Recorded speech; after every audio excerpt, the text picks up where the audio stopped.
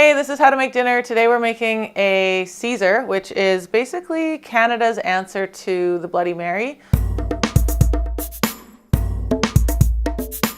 And ask any Canadian, they're just flat out better than Bloody Marys.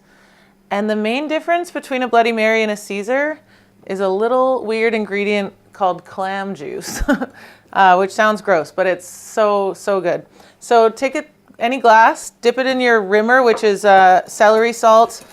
I don't like steak spice. A lot of people use steak spice, but then you get weird chunks of like freeze-dried garlic and stuff. I don't know, I'm not into it.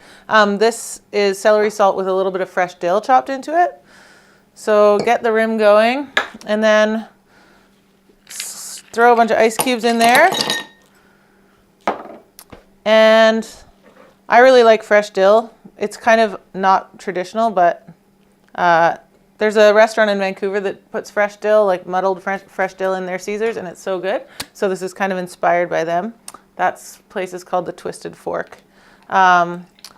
Worcester sauce, however you want to pronounce it, like a fair bit. I mean, we want these to be kind of dirty.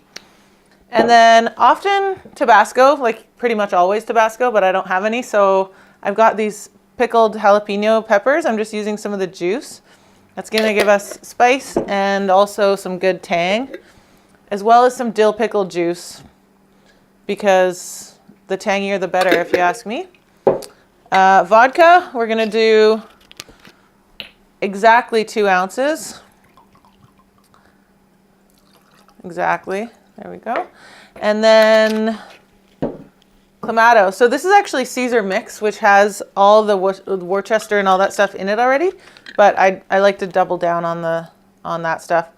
So this is like high-end Caesar mix. Normally we use something called Clamato, which is just clam and tomato juice. And then give that a little stir.